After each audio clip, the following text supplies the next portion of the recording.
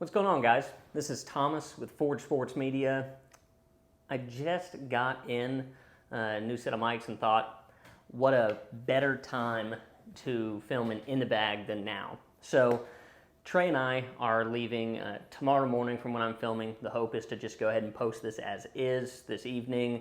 We're going off to Lynchburg, Virginia briefly, play New London for the fun of it, and then we'll take a trip down to Marion, North Carolina to go and play at the North Cove Leisure Club. So that'll be super exciting. Play a lot of disc golf this weekend, throw our arms out. But let me run you through my bag while I'm at it. That way, if we film any footage while we're out there playing, which the hope would be to do that, you can know what's in our bag, or in mine in this case, and then we'll see if we can post one for Trey as well. So to start off, I run the Dynamic Disc Commander bag. I've had this probably coming up on 2 years at this point, and it has served me wonderfully. It's relatively large, it can be a bit bulky, but the back of it definitely has a decent bit of padding. It's got 2 large water bottle holders on it. That's coming handy for those long days of disc golf, carrying plenty of water if I don't think I'll have time to go back and get any. And then I have 2 pockets that I can keep other items in.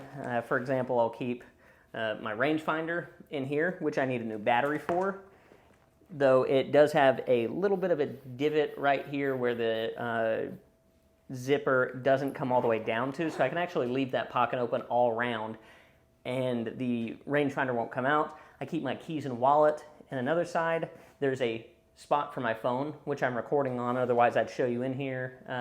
It's sitting there, a pencil holder, 2 disc slot for putters, an approach slot, a mini slot, and then a very large section of discs. I really like this because I can easily access the entire area, but it does have a cover if I wanted to use it, which I primarily don't. I typically keep it under. So to start you through the discs themselves, I'll go putters and then slow speeds up to drivers. I putt with the Prodigy Pa-3 in 300 plastic. I used to be a premium putter, or premium plastic putter. I've transitioned, but I keep 2 pink ones in the bag. One of these is the Aiden Scott disc that I picked up. Trey and I got them to help support Aiden on his trip to the European Open. I've been trying to transition to more of a spin putt. I've been a loftier putter historically. I keep 1 additional white one right here that's more beat in. This is my thrower. So this is in 300 soft, and I find it definitely easier on the hands, especially when it's a little bit colder out. And I've been trying to utilize the backhand approach shot with a putter rather than leading into my approach slot, the Discraft Zone. This one right here is definitely seasoned. It runs orange on the outer side, yellow on the inner side, kind of has a sun type feel to it in the way that it looks. I like the ESP plastic on the hand. It gets a decent bit of ground play. This one has gotten a ton of use. I've also purchased one at Champions Cup. I was there for the final round. I got a white on white. You probably won't be able to see the lettering up close, but the zone lettering is white except for the O that is a peach for Georgia. I definitely like the look, felt like I needed to snag that. I've enjoyed it, but that's primarily for backhand approaches. And then I keep a Brodie Smith Zone OS in the bag, but that doesn't get much use. It's a good utility disc, and it fills my bag, but I don't necessarily throw it frequently. Moving into the mid-range slot, I used to throw the Axiom Hex by MVP, but I have specifically changed to this one right here, or the Axiom Hex, sorry. The one that I got from the Knoxville Open has the hatchet stamp on it, and the side definitely reminds me of that zone coloring. It's a little bit gummier, really easy on the hands. I definitely prefer this as my straight flying mid-range, and then I carry the Discraft Buzzz OS and the ESP plastic for those shots that need to go just a little bit further than a zone approach. I have a Knoxville 2023 Ice Bowl Crave in the bag. It just recently landed in my bag after getting it back from a friend. I don't put much use into that one in particular. One of my favorites in the bag is the prototype Athena. Trey picked this up for me while he was at USDGC this past year, right alongside the disc's release. So I appreciate Trey for picking that one up. It gets a lot of use on the backhand. This is definitely something that I can get almost to that max distance range. I think the slower speed of it and thinner rim is good because I have slightly smaller hands. I've definitely been a fan of the disc overall. It doesn't get as much forehand use because the 7-speed slot that is meant for is this Clash cookie that I picked up while I was at the Music City Open this year. It's got the double stamp, which looks awesome, and it's got this red dye over the top, and I could not be happier with both how it looks and how it flies. It sits definitely in a forehand type position for me, and I get a lot of use out of this as a good, slightly stable forehand.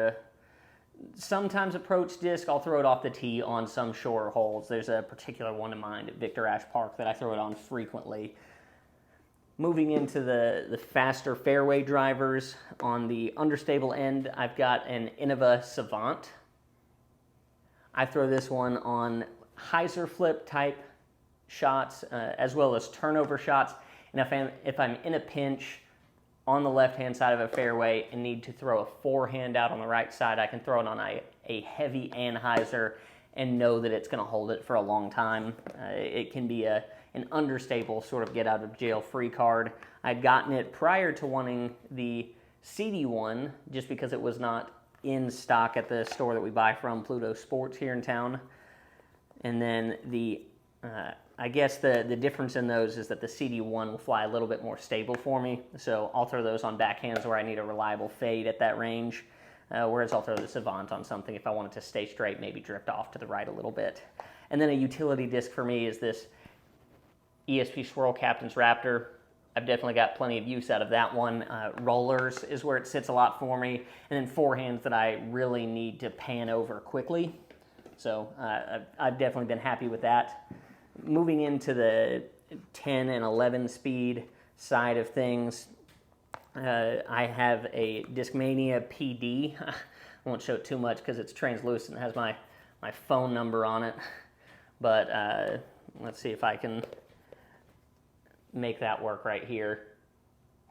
It's that C line right there. It's a good forehand 10 speed for me if I need just a little extra distance over something like the cookie. I don't throw many of my others on a forehand necessarily, but that's about where it gets used. I have a Wraith in the bag. This was a factory second that I got with some cash from Tennessee States this year. This serves wonderfully as a disc for me to put a knee on if I'm off in the woods and need a place to set my knee so it's not getting scratched up by sticks, rocks, whatever it be. It's a comfort disc, not one that I necessarily throw much. It's relatively domey, though it's a wonderful disc for the bag given how much it saves the knee. A recent pickup is the Clash Vanilla. I'm a big fan of this disc. I mean, first off, I think Clash does a good job on the lettering. I think everything that they do looks really good on the disc. I like the white on red specifically. I think it's a very classic look. The other ones that they sold originally, at least where I was at, were red on white, or I guess white on red. It was a red base. Starting to get the feel for this one. It's a good backhand disc. I haven't forehanded it much. Mine is particularly flat. Trey is really trying to get this one from me because it is much flatter than the ones that we've gotten outside of that. So we'll see. The one that we picked up today to replace one that he lost is slightly more domey, but it's got gold lettering, and I definitely like the red. So Trey, you've got some convincing to do to try to get me to make the switch over, though I think I'll stay with this one. Moving into the distance driver slot, my max distance is a Discraft Zeus. I've gone through a variety of these in my time. This is definitely something for a full flight shot. It's definitely going to get an entire turn and fade. I think I don't think there's a disc in my bag, maybe one that's gotten the same amount of distance, and in the recent I can definitely feel like I've released this on those slight highs or angles, been able to get them up to flat with a little turn and then back. So I may need an additional one that's a little more stable at some time in the near future, but I've been very happy with it. On the forehand end, the DD3 in C-line plastic right here, I've enjoyed this one. This one fades out relatively quickly. I can also throw it out on a pretty straight backhand, but I know it's going to have a reliable fade. Throw it a little higher, and I know it's going to dump pretty quickly. So I'm a big fan of the Discmania C-line plastic. One that's probably been in my bag longer than any disc here is a Paige Pierce 5-time world champion Nuke. And you can tell by how little of the stamp that you can probably see that this has gotten a fair share of use. This effectively flies sort of understable. My backhand, I'll definitely get some turn out of it, but I can throw it on a pretty straight forehand as long as I leave it a little low and on just a little bit of an anhyzer. So this is probably my max distance forehand shot, though I'll often opt for the DD3 if I need something to fade quicker. But I probably need to replace this. I have a different one in there. I just know it's going to take forever to beat it in like this, since I've had this one for potentially almost 2 years at this point. And then the last disc in the bag is not one that I actually throw, but I love the look of. This is a Lone Star Warbird. I got this from the Appalachia Ironman 4 that I played in this summer. It's 3 rounds in 1 day. It's the Claytons over in Alcoa, Tennessee. And I mean, it looks similarly to that zone that I have, but in opposite color fashion, primarily orangish red with a little bit of yellow, and it's got the Wonder Bread stamp right there with the robot on it. I just think it's a super cool looking disc, and so I like to keep it in there just in case I want to pull something out that I like looking at, and not one that I'll throw unless I need just a wildly overstable shot. And I can't go without mentioning tried and true mini that I got from Jordan Infield at a tournament over in Jellicoe, Tennessee, I believe is where I got this. Either that or a tournament that he ran off in London, Kentucky. This is a mini that you can set your knee on. It's squishy, so it serves a dual purpose to mark the disc, but also be there in case I need something like the Wraith that'll stay in and give me a little bit more support. So this is probably the MVP of the bag just because it looks out for my long-term health. So that is my bag. I appreciate you guys for watching in. We're excited to go play some disc golf off between Lynchburg, Virginia, Marion, North Carolina. It should be a good time. Appreciate you guys for watching. Keep in touch.